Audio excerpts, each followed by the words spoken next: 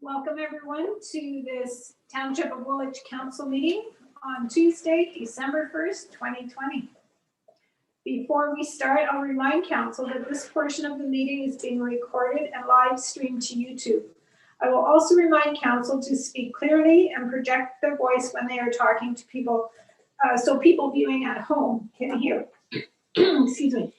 I'll now do a roll call of council for the benefit of the public watching this meeting. So when you call your name, please wave at your camera and say here or present. I'm Mayor Shantz, I'm present and chairing this meeting. Councillor Martin. Present. Councillor McMillan.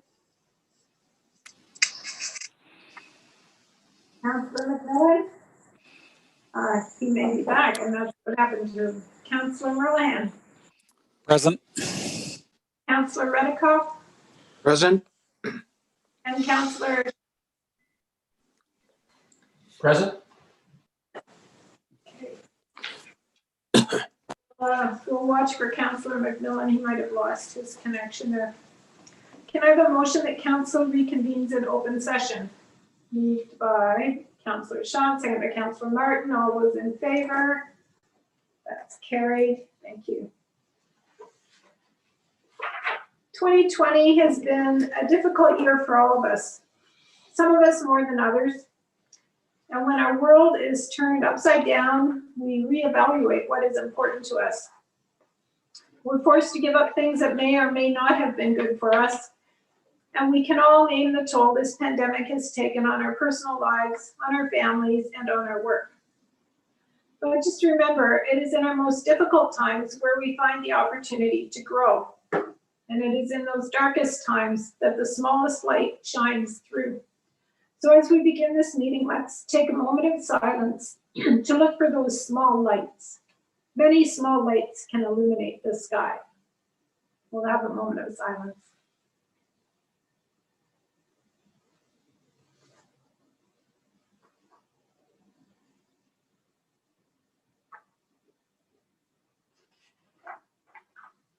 Thank you. Are there any declarations of pecuniary interest?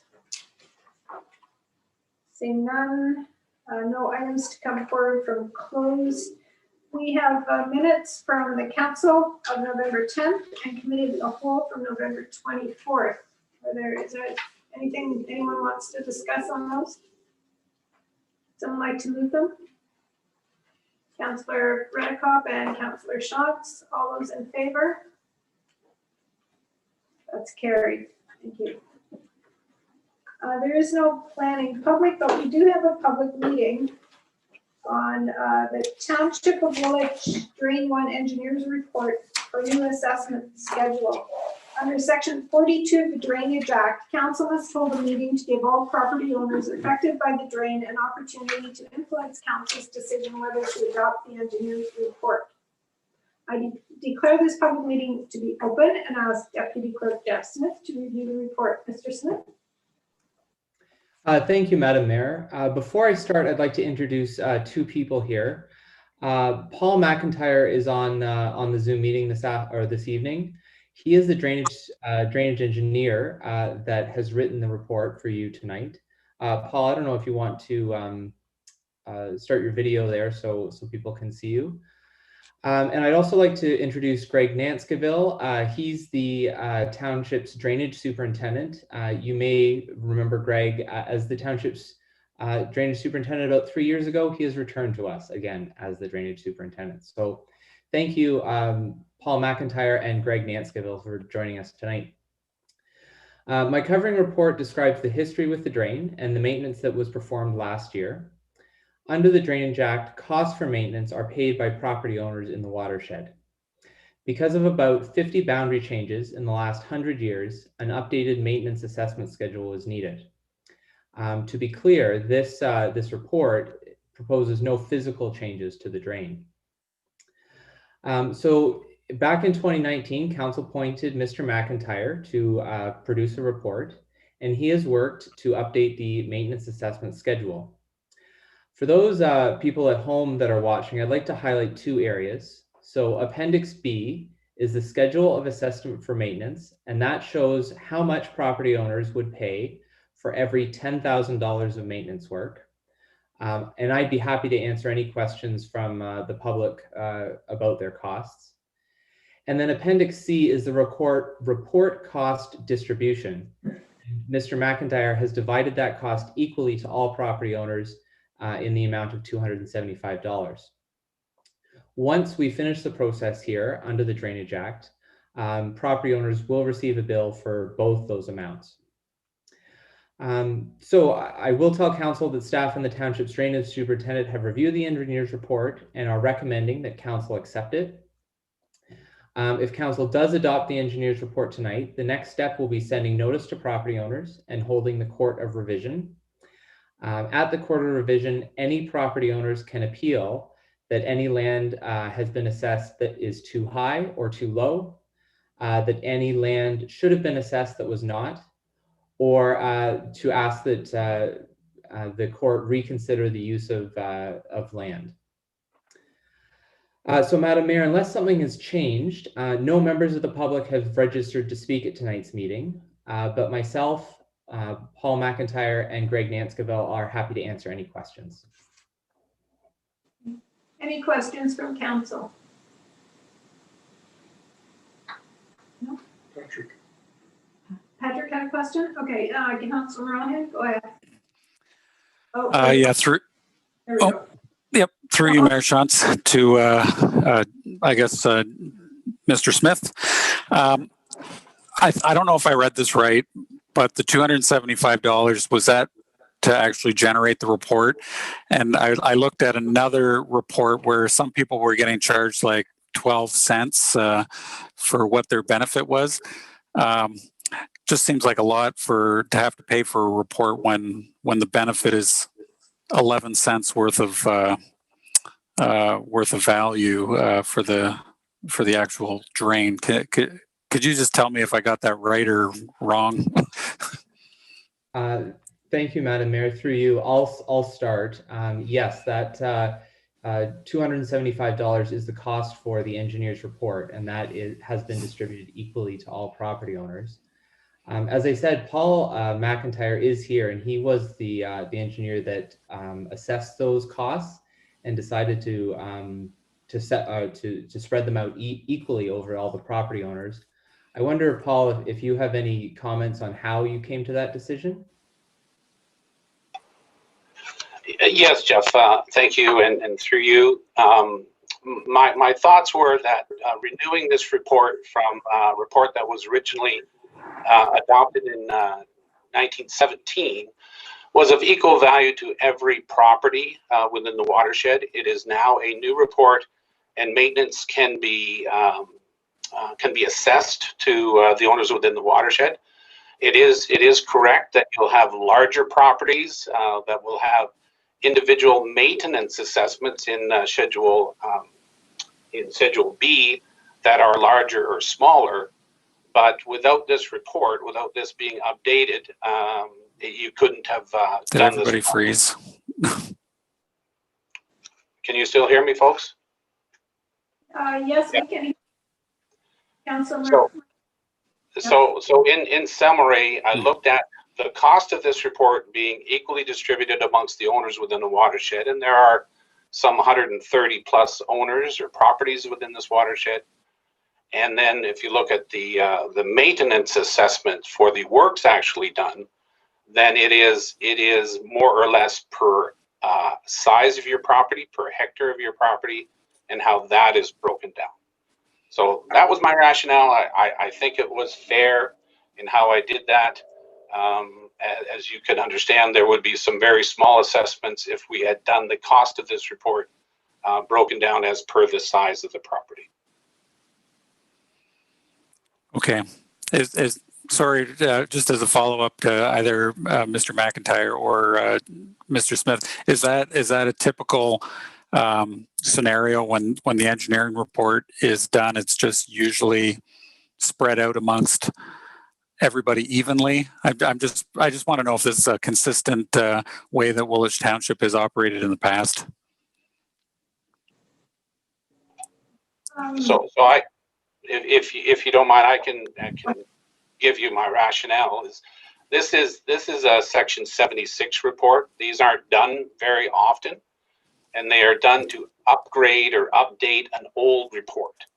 So in the normal scheme of things, when you're doing a Section 78 report or a Section 4 report where you're actually doing construction, the cost of the report is part of the cost of the construction.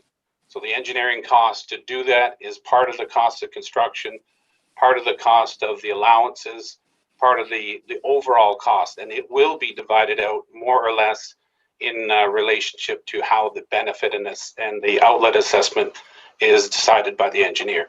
So this is not normal that you would see an even distribution of cost amongst owners when a drainage report.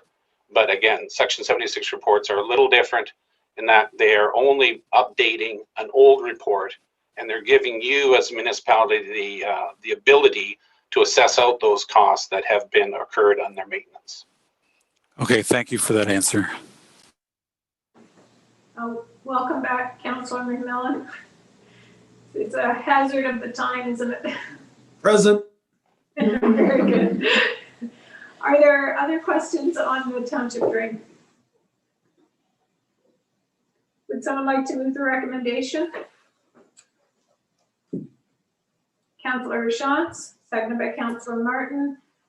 All those in favor?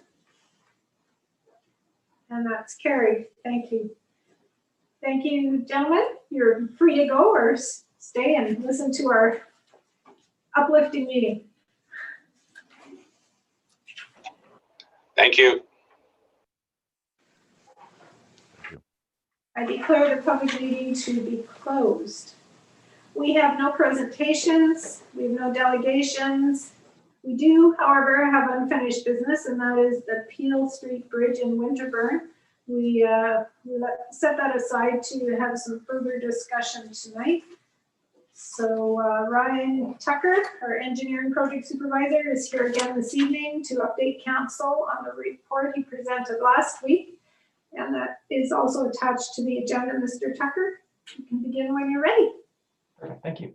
Good evening, Mayor Shantz and members of council. Staff appreciate that the agenda for last week's council was quite full. And since there was no direction provided by council to staff regarding the Peel Street Bridge Environmental Assessment Project, we see tonight as an opportunity for council to have a wholesome discussion regarding the recommendation before them. Staff and our engineer, Jack Turner from GM Blue Plan, are available and prepared to answer any questions that council may have in relation to the project. Based on the outcome of council's discussion and any direction that may result, staff intend to bring a final recommendation back to the special council meeting on December 15th. And with that, I will take any questions that council may have. Where would you like to start? Councillor McMillan. Thank you, Mayor. Through you, I did see Councillor Shantz had his hand up as a Ward 3 councillor. Does he want to go first? Sorry, I missed him. Go ahead, Councillor Shantz. No, it was at the same time, so I don't mind deferring here. You could arm wrestle on mine, but go ahead. His internet might go down and then he'll lose. Thank you, Councillor McMillan. Very nice. Question I have is, there's been a lot of talk about keeping the bridge open for the horse and buggy traffic, the Mennonites, and pedestrians, and not so much for vehicle traffic. And wondering if there is a way that bridge can be restored and keeping vehicles off of it somehow, and just allowing the horse and buggy traffic and pedestrian traffic on there. Sure. Through you, Mayor Shantz, to you, Councillor Shantz. Unfortunately, this is a really tough one. Staff have looked at this multiple ways, and we don't see a way around to keep the bridge open for horse and buggy without allowing vehicles. There's just no technology out there unless we want to get like really out there and you put cameras on the bridge and lift gates and things like that. There's just no safe way to stop vehicles from using the bridge if we do allow horse and buggy, unfortunately. So that's kind of the short answer, unfortunately. Go ahead. So if I just have a follow-up, what about putting some kind of bar across at a certain height that would at least eliminate any larger vehicles that to cross, and just let a small vehicle like a car and then horse and buggy as well. Yeah, so through your Mayor Shantz, to Councillor Shantz, we do currently have height restrictors on the bridge. If we did put anything, smaller than that, we would risk, someone hitting it at a high speed, unfortunately. There's just really no easy answer on this one. Unfortunately, we staff have looked at it multiple ways and really tried to find a way that we could keep the structure open just for horse and buggy and pedestrian. But where there's a will, there's a way, unfortunately, with residents. And if there's an opportunity for them to get across it, unfortunately, they seem to take it. So I wish there was another answer, but like I said, staff have really looked at this, and we just can't figure out a way to safely keep the bridge open for just horse and buggy traffic, unfortunately. So I think we had a cost, and Mr. Poupe, maybe you were going to go there, but I think at one point we had a cost difference between repairing it for pedestrian versus automobile traffic, and there wasn't that much difference. Mr. Poupe, is that where you were going? Sorry, through you, Mayor Shantz, I just wanted to sort of piggyback on Ryan's comments regarding the old argumentative community, the horse and buggy community. We have gone through this with Glasgow Street too, and we've had some really good discussions with the community. I don't want it to seem like we've just looked at this ourselves. We've posed this to the community. We've asked them for ways that we could look to do that. Unfortunately, there is no standardized size for the buggies, and the length of the buggy and horses.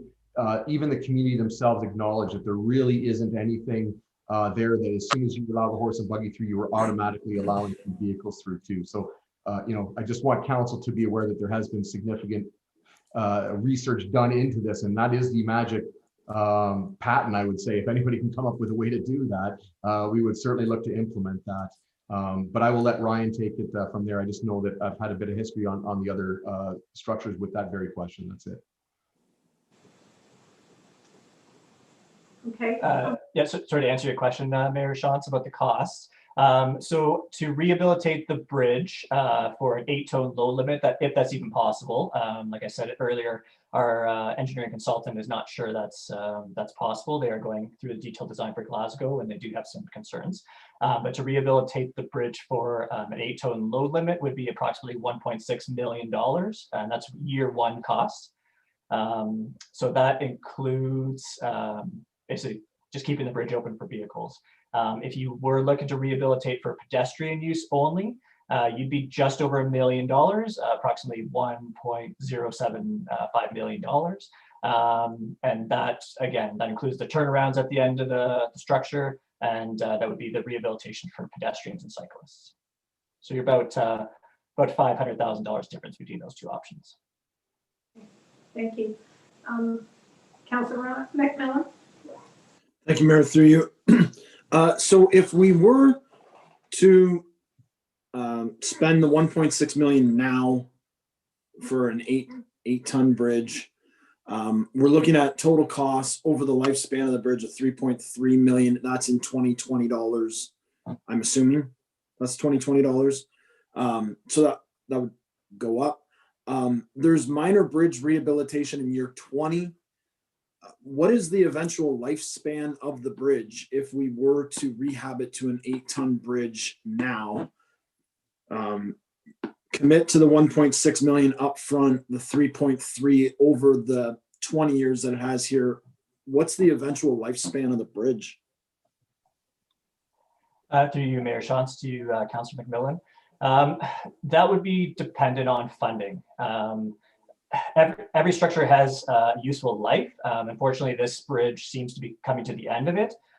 Staff in the financial assessment did have a removal cost at year 30 for the structure. And that was approximately $700,000 in 2020 dollars. So if you want, you can keep this structure here for forever. It's just going to keep on being more costly, like you alluded to. So we're looking at, in 2020 dollars, $615,000 in year 20 for that's a minor rehabilitation. And then in year 30, we're looking at another 700,000 for removal at that time. That is correct. Thank you.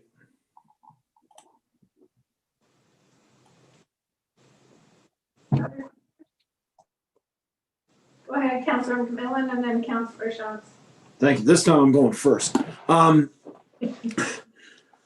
We can't sell the bridge to the community because of liability with the road leading up to it, and not being able to close it. Is there private property? Sorry, let me back up. One of the emails that we had talked about a Mennonite bridge crossing somewhere else on that river. So that exists.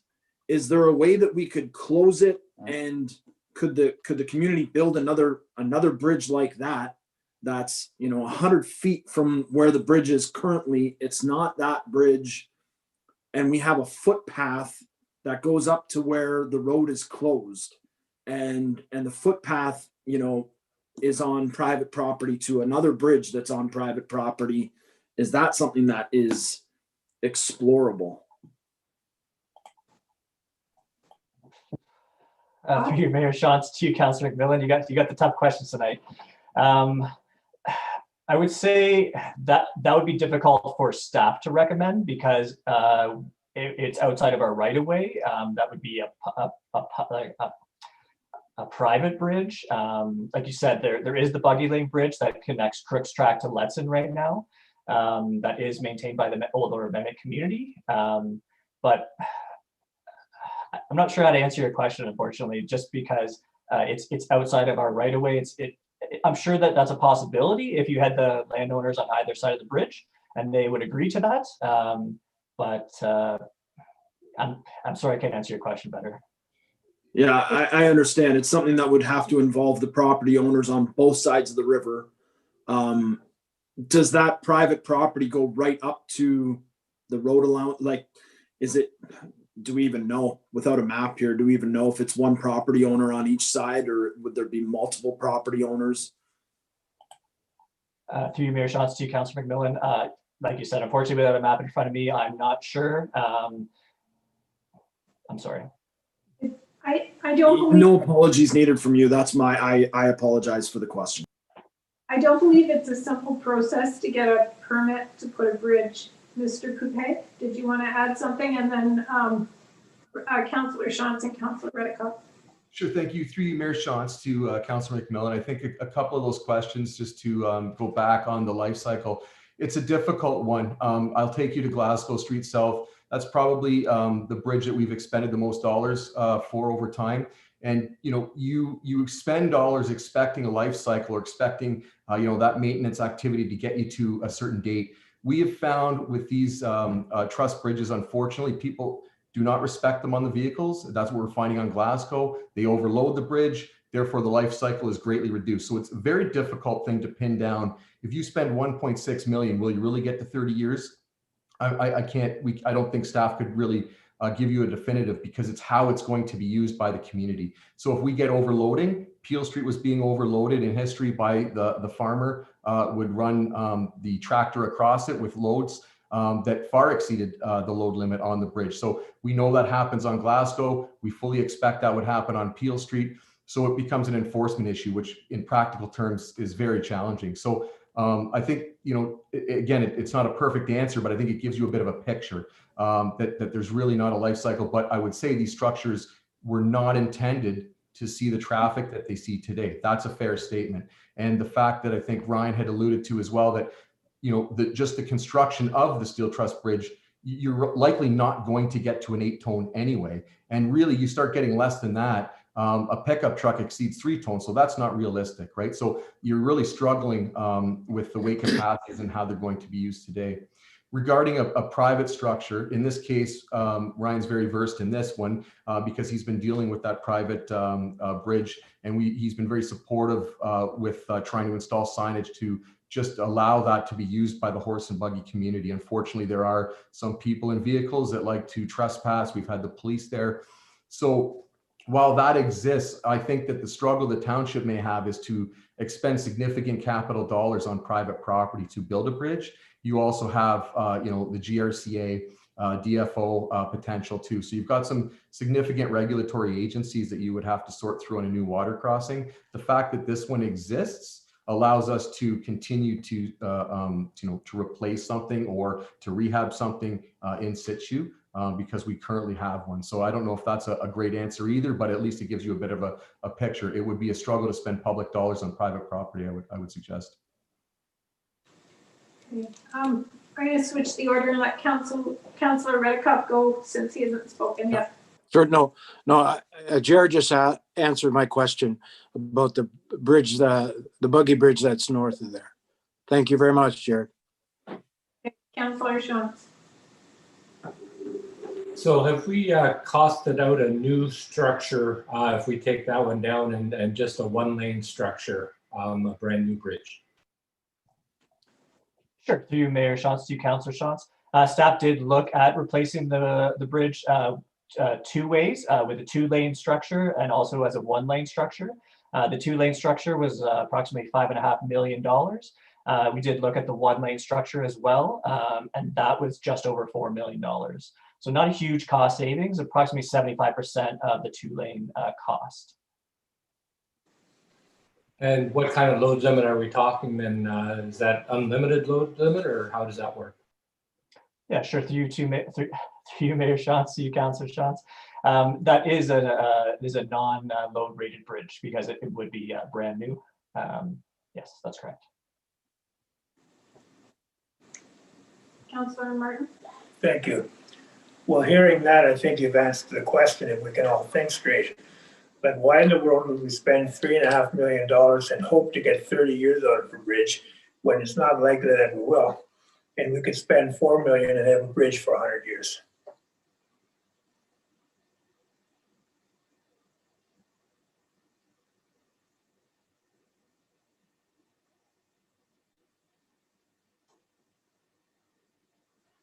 That's a fair question. I'm not seeing any other hands. That's a fair question. That's a I think showstopper. deserves an answer. Councillor Shantz. I guess I understand there's not a whole lot of cost difference between the two-lane and one-lane. My concern is, and I don't want to bring it up, but I guess I will. We're apparently having a gravel pit close by, and if we have a large bridge there, it's going to invite the gravel trucks to come through the community. And I'm wondering if we could put a smaller bridge in that would deter the trucks from coming across there and into the community and force them to go out to their haul route that they've agreed to. And that would be the only reason I would suggest spending less dollars and making a smaller bridge.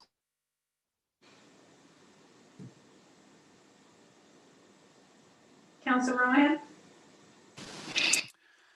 Yeah, through you, Mayor Shantz, to Ryan.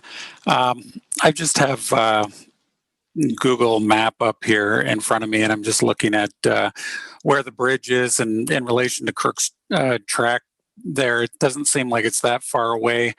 And in the vicinity of just on the other side of Winterburn and on the other side of the Grand River, I'm counting about 9 or 10 farms. I'm not sure if they're Mennonite, if they're all Mennonite or not. And the report, I kind of forget what it was, but I remember the traffic counts were used from before the bridge was closed. Can you just remind how much traffic is this actually being, like, when it was at its prime? How often was it being used as far as how many buggies were going across here? Through you, Mayor Shantz, to you, Councillor Merlehan. So we did use traffic counts. We're from 2013. I think that was the most recent. When that was conducted, the AADT for the Peel Street Bridge was just over 100 vehicles per day. I think it was 124 if I'm correct. And approximately 11% of that was horse and buggy traffic. And that was inferred based on the speed that was traveled through there. And through you, Mayor Shantz, back to Ryan. And the 100 cars a day, where would that be placed in the hierarchy of Woolwich bridges as far as traffic goes? Is that considered low? Would it be in the middle, or would it be on the far end of how busy that bridge is? Yeah, sure. Through you, Mayor Shantz, to Councillor Merlin. Unfortunately, I'm not versed in our typical traffic loading for our structures, but I would assume that just over 100 cars per day would be on the low side for a traffic count for our typical structures. We do have some structures on some side roads that might see less traffic, but for a bridge this size, I would say just over 100 vehicles per day is fairly low usage. Okay, and if you don't mind, staff came up with a recommendation to permanently close and eventually remove the bridge. If money were no object, what would staff think is the right thing to do with this location? I'm just curious. Yeah, through you, Mayor Shantz, to Councillor Merlin. That's kind of that's a tough question to ask. If money were no object, I think staff would really need to go back, and I think it'd actually be a lot easier if council could provide a budget, and then staff could make a recommendation on that provided budget. Just because if you say there's no limit, you know, I'm going to give you the Cadillac, I'm not going to give you the Kia, right? So unfortunately, that's another tough question to answer. Okay, just wanted to put you on the spot. Thanks. I think you did that. If I can add my 2 cents worth, and I understand this is an expensive proposition, but I know there are a number of places where bridges have been removed, and we are now wishing that we would have them. And the G2G trail is a perfect example. Those were train bridges, but the structures were removed, and now we are looking to replace them so we can have trails. So, you know, river crossings are hard to come by, and that weighs on my decision. Councillor McMillan. Thank you, Mayor. Through you. Last week, Mayor Shantz, you moved the recommendation, but added that we send a request to our MP and our MPP for funding. And I think regardless of what we decide as a council, we can still send that request. And I think we should do that. Even if we vote to close the bridge today and remove it however many years from now, funding could probably allow us to rebuild it. And I think with stimulus trying to boost our economy coming forward, they're going to be looking for infrastructure ready projects. So I don't see any reason why we wouldn't send that request that was in your motion last week. So I don't know. I would move that again, that we send a letter to our MP and our MPP. Maybe the mayor can write it on behalf of council, requesting funding to rehabilitate or restore or rebuild a new bridge. I don't know, however we want to word it, but I would move that we do that. There's really no reason. I don't think there's any downside to us doing that.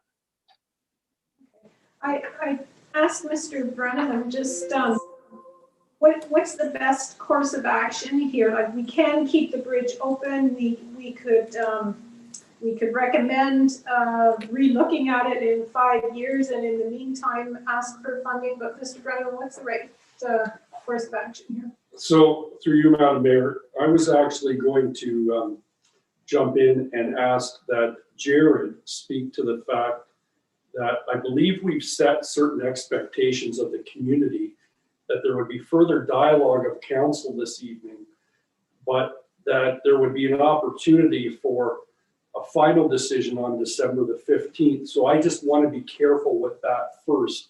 Mr. Poupé, could you outline the expectations that we've outlined for the community so that we don't have that problem? Sorry to interrupt, but I was talking about just sending a letter for a request that didn't actually need a final decision from us. Regardless of what we decide, we can make that request. For sure. Thanks. Mr. Poupé? Yep, thank you. Through you, Mayor Shantz, to members of council. The intent, because of the PACT meeting at Committee of the Whole last week, we felt that we would take this opportunity to really have a dialogue with council, because there wasn't that opportunity. So that's why there was no recommendation change, but we certainly felt that there would be a wholesome discussion. No decision, but certainly staff are willing to explore the various options that council would like to present us. And if need be, we have another 2 weeks to come back, and we would look for a decision on December 15th at council. So that was the plan with this structure. And so just further, Madam Mayor, through you to council, I think tonight, ultimately, staff would like to understand what, if anything, is council's direction on this. For example, a direction could be, we heard the input from the community. We would like staff to, cost out and come back with the process for keeping it open for walking and, cycling and things of that nature. Because we didn't have an opportunity to really get to a point of where you were thinking about leaning, that's really ultimately what staff needs to know tonight is what is the consensus of council in terms of where you need either additional further information or the direction you wish to go. Councillor Sean.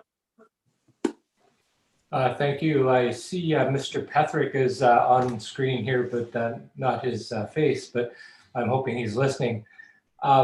If a decision was made to do something to the bridge right now, can a grant be applied to that in the future, or does the grant have to come first before we actually start any work on the structure? Yeah, through you, Madam Mayor, typically what would have to happen is you wouldn't be able to start any work until the grant has been approved. That's typically what happens. So if we were to actually go off and do the work right now and the grant were to come afterwards, that's not how the process would go. If the province and the feds decide that they would be so kind to still provide us the funding with that, we would obviously welcome that, but that's usually not the process. And Mr. Poupet, how long, or Mr. Tucker, how long a process is the engineering piece? If we sort of put this on hold for a while, and we ask for funding, often funding comes with a really short time period. About how long does it take to get the engineering done for a bridge? Actually, Mayor Shantz, if I could have Jack Turner, he's on the line, maybe you can answer that because he's going through the Glasgow Street detailed design currently.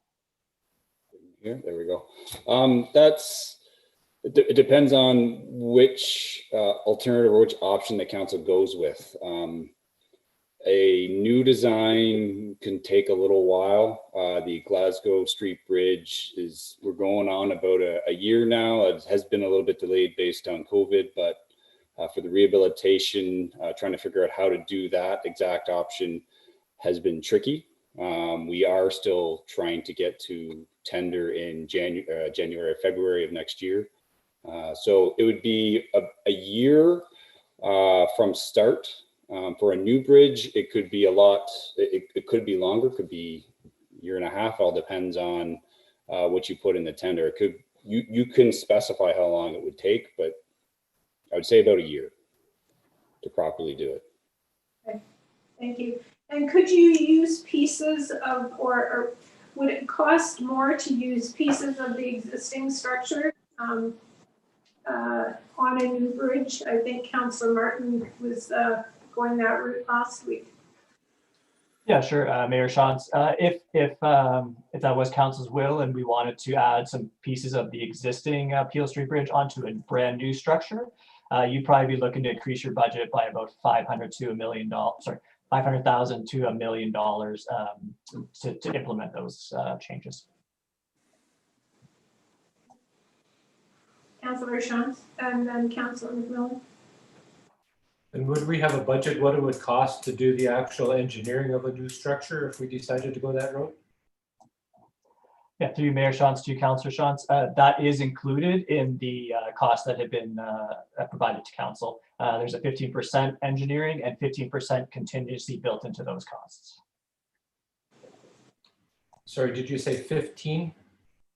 Yes, that is correct. 15. And of course, that's today's dollars. Councillor McMillan? Yeah, if we voted to close the bridge pending funding, the engineering to close and tear down the bridge, it's $105,000. The engineering to rehab is $377,000. If you were to proceed both ways so that you were ready to go to rebuild if we got funding, but if we didn't get funding, then the project was proceeding to have it torn down, would the engineering be $480,000, or would there be like some shared costs there where you could get one engineering report for two directions the project could go and not spend the full $480,000? Yeah, through you, Mayor Shantz to Councillor McMillan. I'm going to kind of answer your question a little bit roundabout. We do have 10 years to implement any recommendations on an environmental assessment. So if council were to recommend or were to take staff's recommendation and we would move to closure, we would have 10 years to implement that closure. So staff would try to balance that and figure out when it made sense to actually do that implementation work. And then, like I said, that's why staff wanted to put this recommendation forward, was to leave that door open. If funding does become available, then we could put that money towards the rehabilitation. So I don't know if that answers your question. Or It does. If I can have a follow-up. So if we voted to close the bridge, but not immediately, we could begin the process, spend the $105,000 on engineering, but then we have 10 years to actually execute that plan. I imagine work would have to start, in the year 9 or whatever. And then if funding were to become available to rebuild it or rehab it, then we could do that at that time. And that possibly could cover the new engineering costs. Through you, Mayor Shantz to Councillor McMillan, I would agree with what you said there. The only concern with that is the longer we wait to rehabilitate this structure, the worse it becomes, and the larger your budget is going to be, unfortunately. So just I would caution that. I think staff, if the recommendation is adopted, staff would push to lobby for as much funding as possible.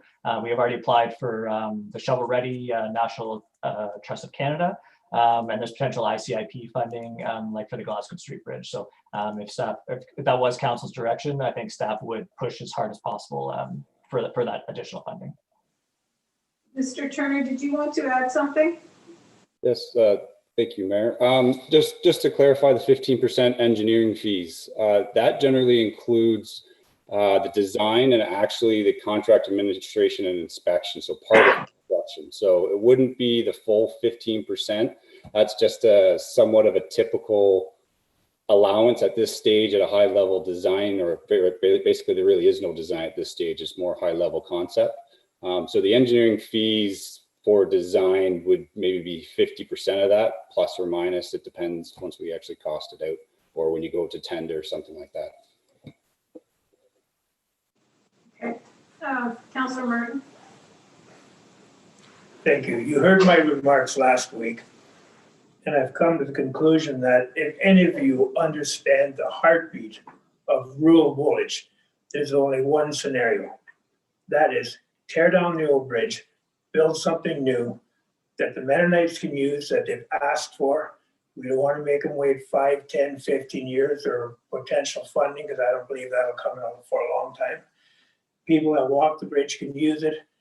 It's good money invested, and we'll have something for 75 to 100 years. And I think that's the only way to go. We can look at all different scenarios and open it up and spend money for walkers and all that kind of stuff. At the end of the day, we still got junk, and it's got a short life cycle. And I will not support putting any kind of money into an old structure like that.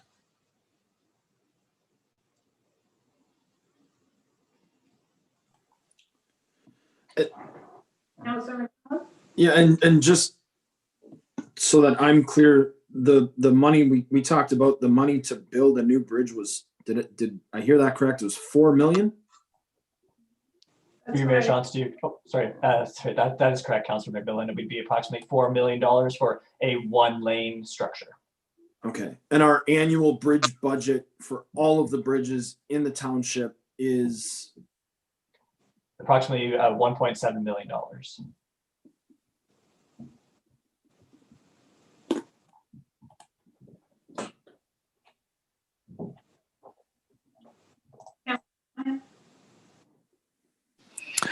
Yeah, I guess through you, Mayor Shantz, just I guess some comments. I said last week that, you know, I'd visited the bridge, and, you know, I would agree with Councillor Martin that rehabbing the bridge should be off the table. It is a beautiful bridge, but it is in bad shape. I mean, you've seen the photos. I've seen it up close, and I'm just not sure the traffic warrants, you know, a full blown lane bridge. But having a pedestrian access, I could definitely support that. The whole area around the bridge is pretty beautiful for walking and taking in the view and all that kind of stuff. And I can see supporting that. You know, the argument with the Mennonite buggies is that the other bridge is actually not that far away, and it would service a lot of the same people to get across. So I'm not sure, you know, I don't drive a horse and buggy, so yes, it is longer, I'm presuming, to get around. But my main point is I don't think rehabbing the bridge is really should be even in the cards here. We should be either talking about a pedestrian structure, or if council wants a one lane type thing, then I think those are the options we should be looking at.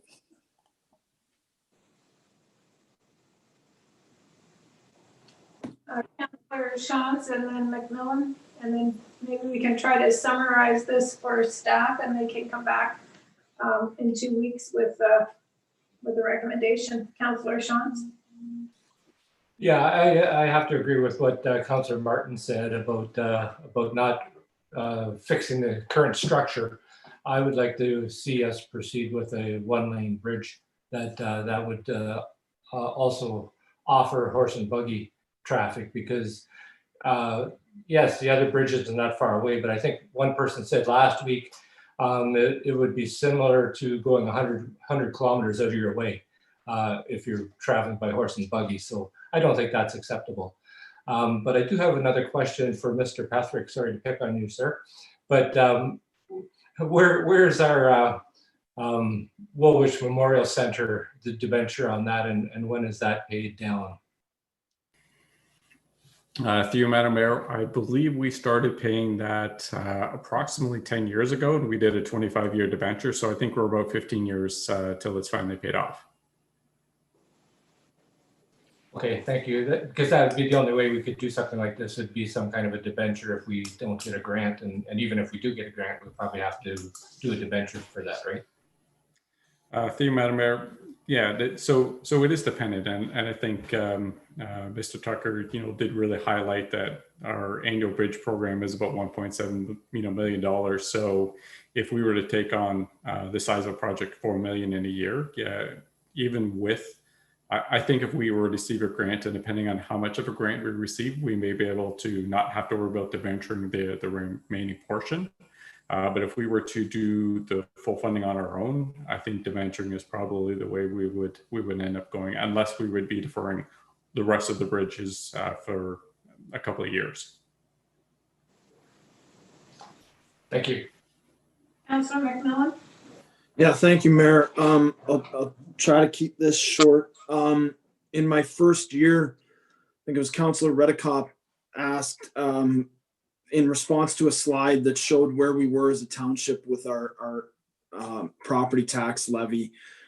He asked, are we frugal or are we cheap? And I don't think in my 2 years here, I don't think there's any doubt that I figured out that we're pretty cheap as a township. I think our main goal come budget time is to whittle away at whatever levy increase that we can, wherever we can, so that we can walk out of the council chambers saying that we kept the levy increase low and we've still got the lowest property taxes in the region. And I think that action has consequences. And we're sitting in a situation where we're dealing with those consequences. And I would have absolutely no problem saying we are going to increase our infrastructure levy by a full extra percent to take on a debenture to pay for this bridge over a course of time. And we're going to increase it by that extra full percent every year going forward. And when this bridge is paid for, our infrastructure levy will be significantly larger, and we can use it to fund other projects and get our roads up to the standard that they could be in our township. I would have no problem with that. But I think if we're going to sit here and talk seriously about investing $4 million in a bridge and then turn around and talk about, $500 that we're spending on gas at a fire hall or taking out, concession stands at the arena, those two things don't match up. And I'm fine to invest in our community. We should be investing in our community. And I would fully support doing the right thing and increasing the infrastructure levy to take on a debenture to pay for this bridge, but not at the expense of nickel and diming in every other area, so that we can, score some political points with a community that's activated over this issue. We should represent all of our constituents with the same passion, whether or not they're activated over the issue. And so, staff's looking for direction from council. I hope it's the direction of all of council. I have no problem exploring all of our options for this. But if we're going to turn around and say, Jared's got to take this out of our sidewalk paving in January, I think we're going down the wrong road. And if we want to invest in this, that's great. Let's invest in our community and our constituents, and let's not be cheap anymore. Councilor Martin. Thank you. Through you. Thank you, Scott. That was refreshing. I liked what I heard. It's exactly what I asked for last week, that we look at funding options. We'll debenture, there's no doubt about that. Do we add another 1% on our infrastructure levy? Do we add 2%? Or do we go to a total 5%, which we have people last year budget said they would support a 5% if we had a project to go to. We need to see all that. And my final comment is this: we have no problem with subsidizing recreation at $2.8 million a year. That money's gone. These people that need the bridge, that are part of our community, pay taxes towards that. They don't use any of those facilities, and we're squawking here about, can we spend $4 million over 20 years or whatever it is for something that they really need? I think it's something of fairness.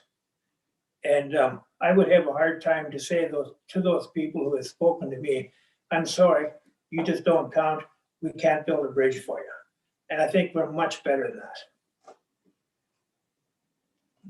Thank you. Okay, Councilor Redcott, go ahead. Last word. Through you to Mr. Tucker.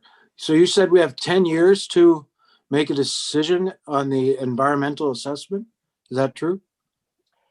Through Mayor Shantz to Councilor Redicott, that is for implementation. So once we have finalized the EA, we have 10 years to implement the recommended solution. Okay. Thank you. So I think what I clearly heard that we don't want to rehabilitate, that's not something that council supports. I think I've heard a strong recommendation that we would like a new bridge, probably a one-lane bridge. So I wonder if Mr. Tucker and Mr. Poupet, you could put something together for the council meeting in 2 weeks that would show us what that would look like. Councilor McMillan, you want to jump in? Yeah, I'm just saying, I think it said that we would prefer a new bridge over rehabilitating the old bridge, but I wasn't sure we went so far as to say we are on board with a new bridge, but perhaps we could explore it. Perhaps we could, explore different avenues we could take, requesting funding and that kind of stuff, and leaving doors open, but not necessarily committing to a $4 million expenditure on a new bridge. Yeah, that's where I was going and hoping that. Sorry about that. No, that's okay. I may not have expressed it that well, so thank you. If staff can take that and bring us a report in 2 weeks, that would sort of help us to clarify our direction. Is that Mr. Bouquet? Yeah, thank you. Through you, Mayor Johnson, just point of clarity then for us. So I think we heard council, and I just want to make sure we go away and with the right message then. So we're going to come back with costs to put in a brand new 1-lane structure. We're going to take into account the heritage value and significance of this bridge as well. I think we need to account for that. And then we will come back with those dollar amounts. And I would assume now that this will be in a future year yet to be determined. And we would then come back with some financial metrics to explain to council what that looks like, debentured over a term, those sorts of things. Is that fair? Is that sort of what we're trying to encapsulate here in our response back on the 15th? I think so. And also, what would the bridge look like in the interim? Like how does that interim space look as well? Fair. Okay, that's fair. I'll look around at the rest of council. Is that what everyone's looking for? I'm seeing nods. Okay. So we'll revisit this again at a council meeting in 2 weeks. Thank you. Did you have something else yet, Councilor Murray? Well, I'll keep this short. The delegations that spoke last week sent me an email this week and said they're totally on board for a new bridge. Okay, good to know. Councilor McMillan? And just regarding that issue with the mayor writing a letter, staff writing a letter on behalf of council to our MP and our MPP, I don't think that needs to wait, regardless of what we decide.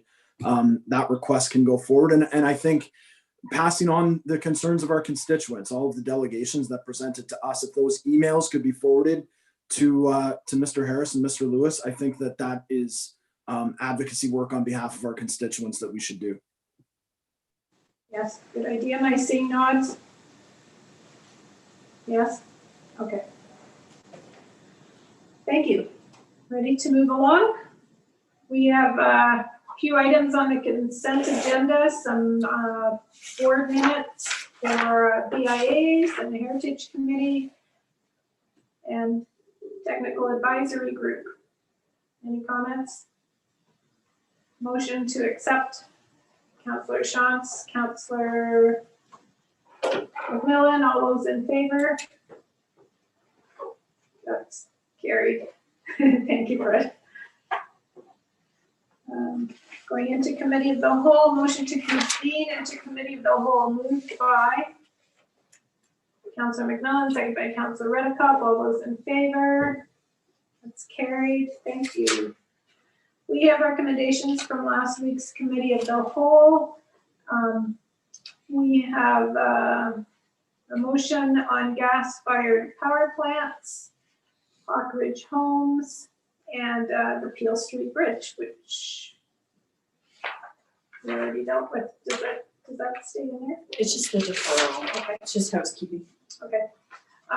Would someone like to move those, or does anyone want to pull them out? Councillor Merlihan, are you moving them? Thank you. Seconded by Councillor Redekop. All those in favor? And that's carried. Thank you. We have some staff reports tonight. We have a zone change application for a temporary use bylaw for restaurants and patios. Mr. Vink. Good evening, Madam Chair. Thank you, and members of council. So this is kind of something we've been working on as a temporary use bylaws to help our restaurant community. So through the summer, we did have a number of patios come in, and we worked with them. With the cooler weather, we also saw that some of these patios were moving to some unique ways of approaching to get people to the restaurants and to accommodate people. So looking at different types of structures. To continue working with the restaurant community because of COVID, we've proposed this temporary use bylaw to legalize some of those units and temporary patio enclosures, we'll call them, because there's various types, whether they're tents or igloos or greenhouse type structures or things along those lines. With that also, we're looking at just amending the zoning with the parking regulations also to give a little bit of flexibility so they can reduce their parking requirements. So as a result, staff proposed a temporary use bylaw for 3 years as per the Planning Act to allow that flexibility for any restaurant or place that dispenses refreshments. So there's various types of uses across the township in different zones. So it's not one specific zone only. So just giving them that flexibility. In addition, we did just attach some guidelines. You know, these guidelines they're not part of the bylaw. They're just more for council to understand. We have guidelines for these patios that are coming into place about fire and building code regulations, just general safety that we can then hand to the restaurateur and just say, here's how you're gonna have to develop the proposed patio so it's done safely and properly. So the guidelines, then they can be tweaked and changed as things go along. We did not receive any agency comments, so there's nothing to add that way. And I have the recommendation in front of you tonight for the approval of the bylaw. Yeah, I just have one question, and I think you kind of alluded to it in your description, but the recommendation says with enclosures. And I don't know, things change so rapidly, but I thought at one point you needed at least 2 sides open. So yeah, there's constant changes because of what's happening at the provincial level and through public health. So we haven't gone to that level to define it the same way because it keeps changing. So we're just calling them enclosures. So we're giving the restaurant flexibility of what type of structure they want to put in and how they meet those requirements from public health on top of that. So if we call them an enclosure and they're fully enclosed and public health allows that, great. If public health says it has to be unenclosed on 1 or 2 sides, then they'll have to work with that. But our bylaw won't restrict them that way. It gives maximum flexibility. Okay, thank you. Councillor Sean, are you moving it? No question? Go ahead. Yeah, I just have one question, Mr. Vink. On page 8, it talks about however, the township may terminate these permissions upon 72 hours notice. What would generate something like that? Generally, hopefully nothing. We just kind of put in a clause just to keep you aware that if there's, let's say something did happen or suddenly public health changed the regulation, we'd have to change something. We would make recommendations to move that within that time period. So usually public health gives warning. So it's in there just to put people on notice that things might change rapidly as they have been with COVID. So. Okay, thank you.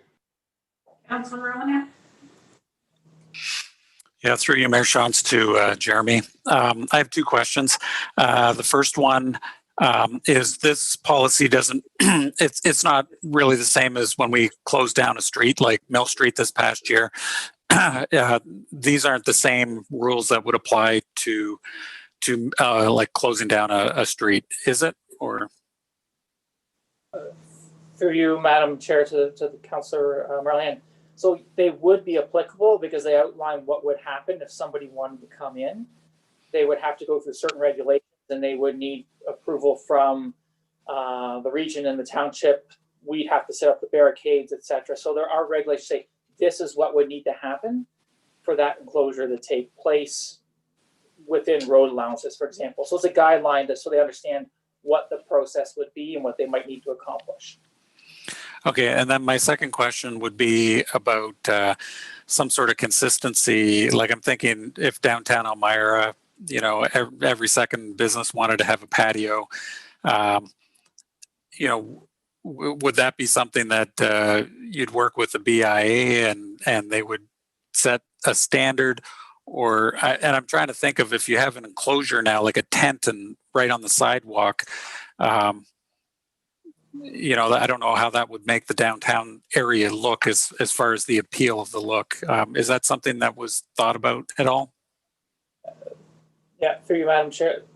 Yeah, so The temporary enclosures would only be allowed on their patio space on their property or not on public property. So we wouldn't be seeing structures on public property.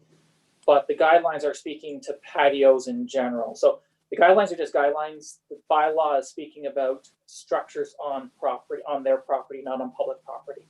So it Okay, wouldn't happen. yeah, thank you. Yeah. Councilor McMillan, and then Martin.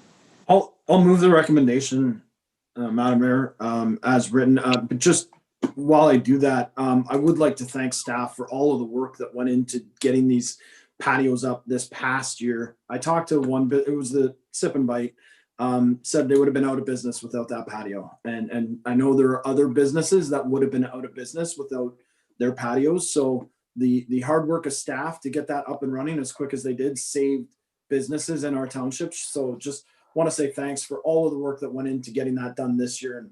And hopefully we can do it again, because I think they turned out to be really good draws for people. So I'll move it and thank you, staff. Okay, Councilor Moran, are you seconding it? Okay, Councilor Martin. Thank you. I would just hope that before patios show up all over the place, that we'd have some discussion where they're best placed, rather than waking up someday and driving into town and just see them on the street and closing down streets. I think there's better use of property for them than that. Okay. I'll call the question. All those in favor? That's carried. Thank you. We have another zone change. Oh, chicken coops. Mr. Vink. Thank you again. So this one's a little different than our usual. So this is a joint report between planning and our Council of Information Services, because it involves the animal control bylaw. So we're talking zoning and animal control. So staff had to look at both the zoning in context of provincial and official plan policies, as well as looking at how the animal control bylaw would regulate the proposed potential chicken coops. As you recall, we also did go to the community and get some feedback from them about potential thoughts around the chicken coops. Once we had all that, and after the public meeting, staff sat down and went through the various issues and items at hand to determine which direction we should go. As you can see from the survey, a lot of people in the community did support it, but they had a lot of thoughts along those ways too. In the end, staff took a look at everything, and we looked at all those combined issues and really put them together. And what we came to in the end is that staff couldn't support the proposal. And we went through the list, and the summary is in the report. Essentially, from a zoning perspective, staff couldn't get around the compatibility concern. Zoning is there to address compatibility. So it is best we determine left in an agricultural area where compatibility can be addressed. Also, it started to contradict what we've been doing for our farming community by allowing chicken coops in a residential area. We spent years helping our farming community grow and increase their opportunities as farms, especially with the farm produce sales and roadside stands, etc. So we thought it'd be counterintuitive to what we've been doing with our rural community. Furthermore, we just noticed that, unlike other pets, chickens would be kept outdoors. Other pets are often brought indoors, your dogs, your cats, other birds, etc. are brought into the house. Chickens would be an exception, basically amongst a few other items, other animals, which we thought was just starting to create some compatibility and adding that compatibility concern because they're outside and away from the residence itself. Another issue we just noticed in general that there would be concern about noise, pests, things along those lines in terms of compatibility with the neighborhood. So from a zoning perspective, it didn't really meet the intent.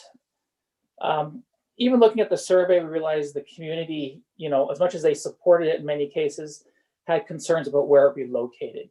They didn't want them too close. They didn't want them too big. And they were nervous about, you could see that in their comments, that some of them weren't supportive of the size of properties they'd be on. So townhouses and semis properties, for example, they weren't supportive. So it led back to that thing is we couldn't even consistently have pets across the township because certain properties wouldn't be conducive to it. So we figured on that component too, it was not appropriate if we couldn't have them on smaller properties.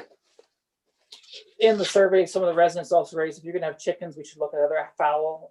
We didn't get into that through this process. So it just raised another level of questions that need to be addressed that we thought were better, that were unnecessary and didn't need to be resolved at this time. As I mentioned, we did have comments from public health.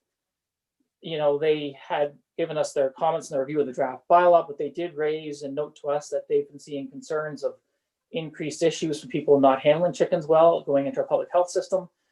So it just raised concerns to staff saying, is it wise that we encourage something that is increasing our public health demands? Lastly, it does raise a lot of work in their animal control bylaw. As much as the bylaw is trying to regulate and address compatibility, it cannot ensure there won't be issues, which raises into the costs. Staff are trying to look at the cost of implementing this. We've already spent some money to go through this process, but to move further on to complete the bylaw will be add additional costs, and then the cost to move forward with regulating, training staff, licensing would also increase costs down the road, which we just didn't seem was prudent for the township to move forward with. So generally, that's why staff is recommending not to approve the chicken coop requirements. Staff are available to answer your questions, both myself and our clerk, if you have any questions. Council, questions?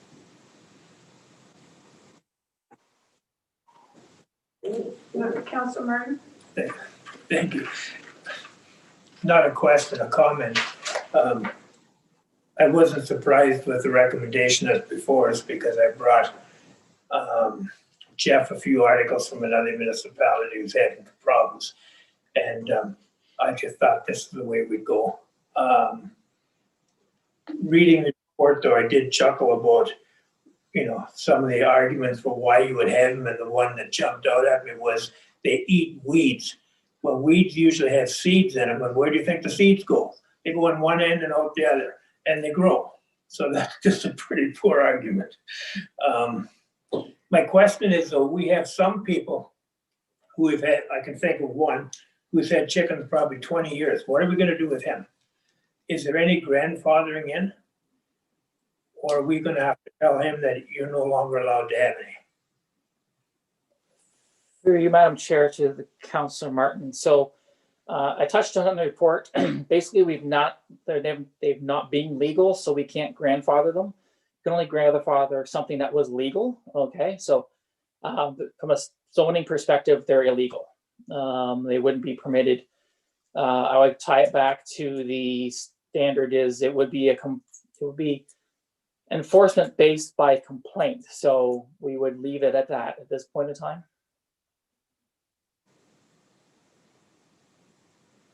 Okay. I don't see any other hands. The only comment I would make is about surveys.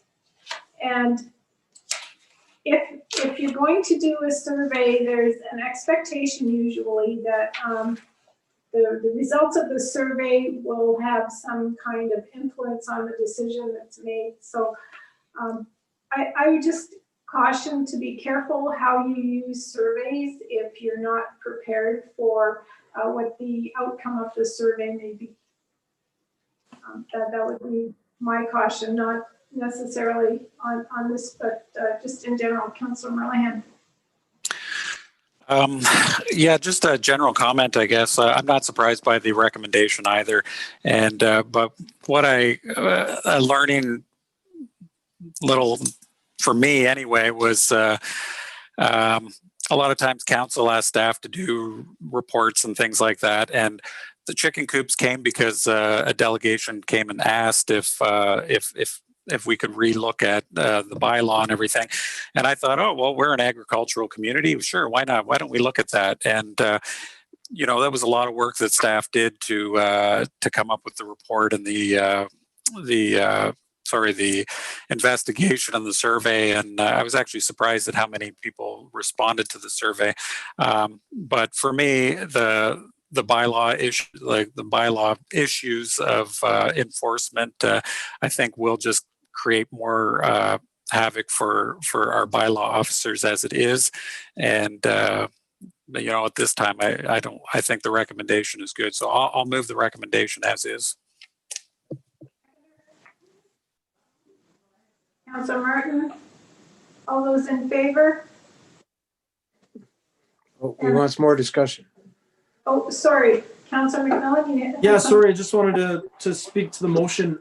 My question is, how much of our decision has to, or how much of the recommendation has to do with kind of the indecision of the people who filled out the survey, and how much has to do with the cost and enforcement and headaches to staff? If the survey had come back and instead of being split, 12, 20, 20 for don't know, 2 chickens, 4 chickens, but it was 70% said 4 chickens, and only in single detached houses, would we have worked through the headaches for enforcement, or is it a combination of both? How much is what are the factors that are creating the recommendation? Mr. Vink or Mr. Humphrey? Too many misters, sorry. Through you, Madam Chair, to Councillor McMillan. So we weighed all the factors. So as much as there was the survey with the comments that we're getting and various comments in there, as well as the zoning implications and compatibility, the cost to implement the program, just we weighed all of them roughly similarly. But what we came down to is that the compatibility and the costs outweigh, and the negatives, the cons, as you would say, outweigh the benefits. So, and then you can see that even from the background, there's a lot more benefits, a lot more negatives than there are positives. So we just couldn't balance them out in the end to say that it was a good to move forward. Councillor Redcock? Yeah, I appreciate the concern of public health, especially in this area of COVID, and I appreciate you took that into consideration, and that you also won't enforce the non-bylaw, and that you only enforce it by complaints. I appreciate that. Okay. Is there any other discussion? Okay, now I'll call the question. All those in favor? Okay, that's carried. Thank you. Source protection policies. Mr. Pomponi.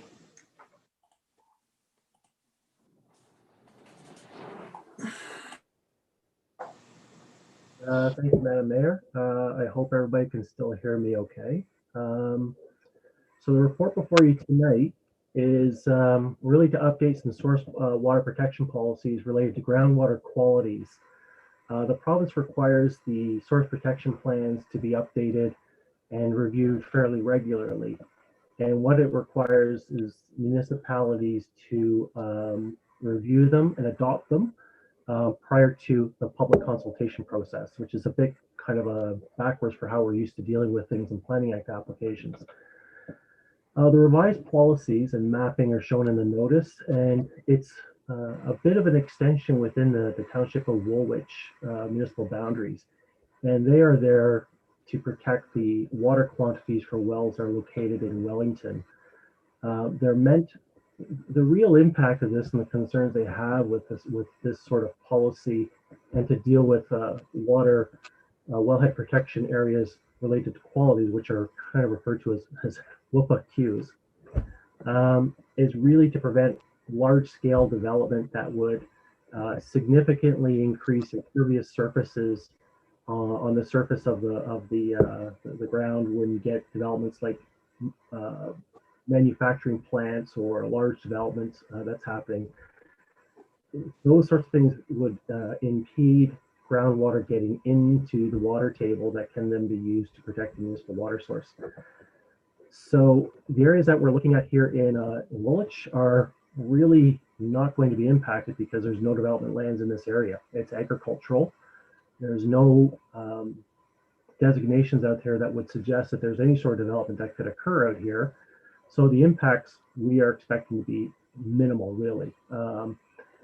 The other thing I want to stress is that this is not going to impact farming activities. It's really meant to deal with water quantities, not quality. When you start getting into quality areas, you get into a whole different regime of dealing with time of travel and what sort of infiltration happens on site. This is really just to deal with quantity only. So we aren't expecting any sort of impact really on this, other than what will happen is that this will come back and will work its way into official plan policies at the region and at that township level. And we will just recognize it and make sure that it's identified for what it is, which is really just to protect water quantities. So once approved, the GRCA will then begin their public consultation process, which will begin on January 1st. And with that, I'd be happy to take any questions. Thank you. Thank you. Questions? Councilor Monahan. Yeah, through you to Mark, just wondering what the source water protection policy that Woolwich would do, would we be able to strengthen it around, let's say, the Grand River to, perhaps protect our water from large-scale gravel pits and things that are planning to go through? Is there anything that that can go into that plan that might preserve the area? I know we have a gravel pit that just was approved that's, in my opinion, really too close to the Grand River, but could you talk to that a little bit? Sure, I'll try to. For you, Madam Mayor. It's an interesting set of legislation that's out there, because certainly when this was coming forward, a previous position, we dealt with protection of wellheads. And I tried to go so far as to put asphalt batching plants within some of these wellhead protection areas. And I was told I did not have the authority to do that, and they would appeal it. So our abilities are fairly limited. It's really around protection of quality in some extent. Now, the interesting part here, and I think I did touch on it in the report, was that the region is trying, and the GRC are trying to put in things related to aggregates. And I can certainly tell you that when that came up and I saw that, it raised a flag and a huge question: how could they do this? Because when you start getting into aggregate operation, generally, like we can say this so bluntly, but aggregates kind of rule. They have a certain level of priority there. They're considered an economic importance and a provincial importance economically. So I'd say the region's looking at that, and if you look at the revised policies, they do hint that they're trying to get something in there for aggregates to protect groundwater quality. I'm not certain. Thank you. That, if I just may say, certainly this comes down from the BRCA to the region to us, so they're looking at that for sure. Okay, thanks. Councilor Sean. Yeah, through you to Mr. Pomponi. Is this a policy that's far-reaching, or is it just specific for certain areas? And is it something that we can support Wellington in, but even if it doesn't affect us? Through you, Madam Mayor. I'd say that it's interesting. I think that the source water protection and the work that was done was a much more of a geometric approach to things. It ignored municipal property boundaries or municipal boundaries, and it looked at sort of how the function of the environment works. In this case here, the province did this specifically to deal with potential impacts regardless of where they come from. The priority is protection of quantity and quality. If they happen to cross municipal boundaries, the policies are structured to make sure that impacts beyond a municipal boundary are also considered in that. Where you start to see a lot of these are when you start getting into the IPZs, the impact protection zones through water courses. They can extend quite beyond a municipal boundary into other municipal boundaries. So far-reaching, I'd say geographically far-reaching, I'd say practically, no. If you look at what's happening with these specific changes, they're fairly minor, but the greater good here is to make sure that there is water quantity available that's adequate for the protection of those wells within an abutting municipality. Yeah, follow-up. So does that change our approach then, or no? Because it doesn't affect us very much, do we just let it go, or like I say, is there something there that we should change our approach? Through you, Madam Mayor. I'd say there's nothing here that I would actually see that would impact this. I mean, it's really pretty minor, quite honestly. The bigger impacts that Woolwich would have experienced was with the initial creation of the source protection policy and the plans. I certainly sat in on those meetings initially at the GRCA when we were looking at the implementation and how we're going to deal with these on land use decisions and things like spreading of nitrates, things like that. That's where I think the big heavy impacts came.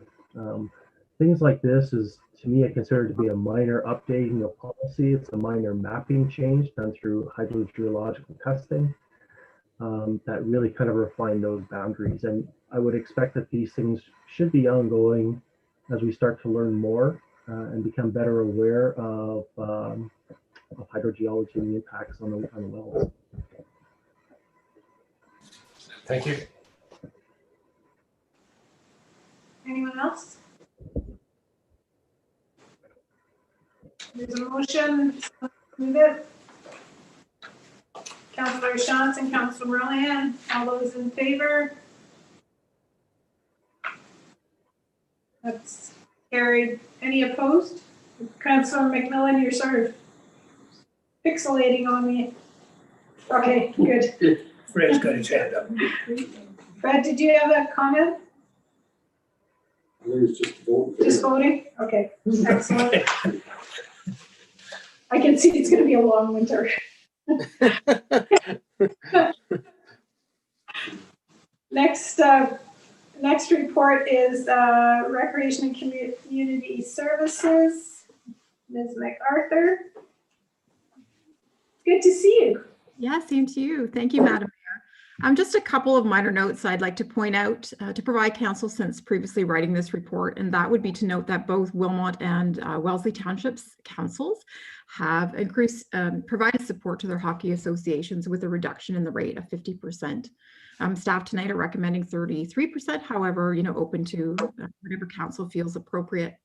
The current rate for affiliate users is $139, and staff are proposing a rate reduction to $93 per hour.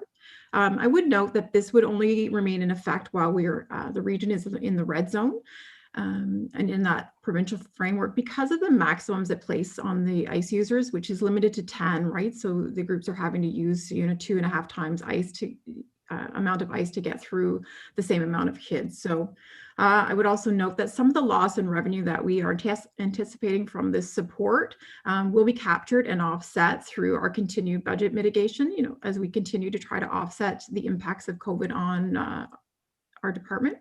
And some of that is done through staff reductions, the support of hours, and then we are considering reducing from 3 to 2 ice pads, which will create some savings for us.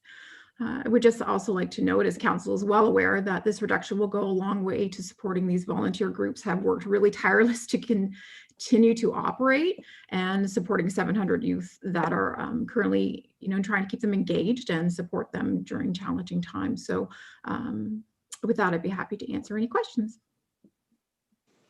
Questions, council?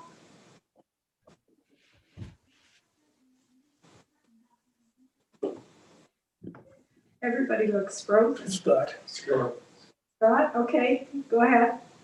Thank you, Mayor. Through you. How has demand changed? I think we've only been in red for, is it a week now? How's demand changed given that we're only having 10 people on the ice at one time? So as we noted in the report, it certainly has impacted all users with the exception of youth. So they are right now, we're still working through because as you know, first initially we were advised by public health they could only have 10 and that was including coaches and staff and trainers. So that was really had 7 people on the ice. Now public health has clarified that to allow for 10. So the groups are working through that to see and they're offering some, if people want to withdraw at this point. From our understanding as of conversations today, that number of hours of ice is going to hold still for now. We aren't anticipating any further reductions from minor, but that could change. I think certainly this reduction in rates will help maintain the number of ice that they're currently renting. That'll be retroactive to when we went in red. That's correct. We would provide a credit or an offset, yeah. Councillor Shantz. Thank you. Through you to Ms. MacArthur. If I'm doing the math correctly, is that costing us $1,500 extra if we went to 50% compared to 33? It would reduce it from $9,340 to $6,900. So in that area, yeah. I think it's important to highlight that, you know, some revenue is better than no revenue, right? If we impact these groups that they can't operate and we're trying to keep ice in, I think, you know, something is better than nothing, right? So I think the difference between 33 and 50 is probably, you know, relatively, you know, negligible on the budget at this point. Okay. Councillor John, a follow-up? Yeah, so since it's going to be a small dollar, I would suggest we go 50% instead of the 33. Councillor Merlihan? I was going to make that same suggestion. Keeping the more youth being active during this period. It's a temporary time, and keeping as many groups whole as possible, I think, is a benefit to this for the small price. So I'd move the motion at 50% discount. I second it. Okay. Any further discussion, Councillor McMillan? Yeah, I like the recommendation the way it's written. So I'm going to vote against the 50%. I think that given that we haven't lost any hours, and we could quickly flip from 30 to 50, we could increase the discount pretty quickly if we saw any of the hours dropping off. $93.40 an hour with 10 people, it's still under $10 an hour. You're pretty hard pressed to find anything you can do with anybody for $10 an hour anywhere. So I'm in favor of it going to $93.40 an hour, the 33% discount, understanding that I agree with Councillor Merlihan. We want to keep kids active, but that door doesn't close if we go 33%. So I'm going to vote against the motion. Any further discussion, Councillor Martin? Thank you. I support the 33%. I think that's going a long way. And if we have to, we can make changes later. So I'm going to vote against the 50%. We say it's a small dollar, but we've heard lots of budget talk about looking after the little things and the small dollar spent. And here's one example. Okay, I'll call the question. All those in. Can I ask for a recorded vote? Sure. I can handle that for you. So if you're voting yes, you're voting for 50%. If you vote no, you're voting for as written at 33.5%. Everybody clear on that? I'm not, is that true? We're just really voting against the 50%. So you're voting against the 50%. So if you vote, they can always. now you got me confused. Sorry. You're not voting for it. If it's defeated, someone can put another motion. So they're voting for the 50. Yeah. Okay. So is everybody clear? If you're voting yes, you're voting for the 50%. Okay. Thank you. I can't keep up with that. So I'm going to do in random order, and I'm going to call first on Councillor McMillan. Opposed. Councillor Reddicock. In favor? Councillor Merlihan. Yes, in favor. Mayor Shantz. In favor. Councillor Shantz. Yes. And Councillor Martin. No. You can call the vote. That's carried. Thank you. Is there any other business? Yes, no. And, a couple of things at the region. Tomorrow we're going to discuss the childcare issue, and I'm assuming we're going to make some kind of decision on that tomorrow night. And otherwise, most of our time seems to be spent on COVID issues. So that's where we are there. There was, you're probably all aware that there was a Section 22 order placed on the various conservative Mennonite communities. That's and I had a note here, but it seems to have disappeared. But basically what it does is just requires them to follow the same rules that are required of all of us. If you get tested, you need to stay home. If you should not congregate in groups, so it limits the ability to congregate in groups. And it basically outlines all of the criteria that public health set out for all of us if we test positive or if we have symptoms. So those I guess would say the main things we're working on at the region. And any reports from council? No? None. Outstanding activity list?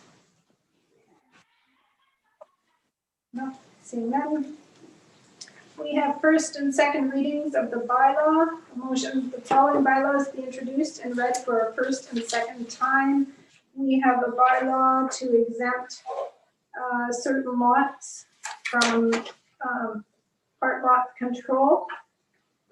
We have a procedural bylaw to adopt an engineer's report varying original assessments for maintenance of Woolwich Drain 1, and a bylaw to confirm actions and proceedings of the council of December 1st. Mover and seconder, please. Councillor Chance and Councillor Merlihan, all those in favor? And that's carried. Thank you. Motion that Committee of the Whole rise and report to council, moved by Councillor McMillan, seconded by Councillor Redcop. All those in favor? That's carried. Thank you. Motion that council confirms and adopts the proceedings of the Committee of the Whole, moved by Councillor McMillan, seconded by Councillor Martin. All those in favor? That's carried. We have a number of items of correspondence. I'd like to highlight the letter from the Grand River Conservation Authority regarding Bill 229. And we got a few pieces of correspondence on that. But basically 229 removes the authority of the conservation authorities to provide oversight to various kinds of developments that happen along the river. And you can see there a motion that we passed at Regional Council on page 217 in my book here. Does that match up with everyone else's numbers, Beth? Should, I'm not sure. Okay. You You should find it in your package anyway. And I was wondering if council would be agreeable to support that motion here. Councillor McMillan? I would table that motion, Mayor. Okay. Would someone like to second it? Councillor Merlihan? Okay. Any discussion or questions? Okay, all those in favor? And that's carried. Thank you very much. You'll also note that there was a correspondence in there regarding the final council composition. So that was also passed to Regional Council. Is there anything else in there that anyone wants to pull? Okay, thank you. There's no notice of public motion, no public notice, no notice of closed meetings, and no notice of motion. We need a motion that the following bylaws in the hands of the clerk be read a third time and finally passed, and that they be numbered as bylaw number 83-2020 to 84-2020, and that they be signed by the mayor and clerk and sealed with a corporate seal. Moved by Councillor Shant, seconded by Councillor McMillan. All those in favor? That's carried. I haven't done that for a while. Okay. I guess that's all the business that we have on our agenda. So in closing, I would like to thank everyone who participated or tuned into the meeting on our YouTube live stream. Council members and staff, I'll remind you to stay connected to Zoom until the live stream has stopped. And I'll say good night to everyone. We do have a meeting again in 2 weeks, a council meeting.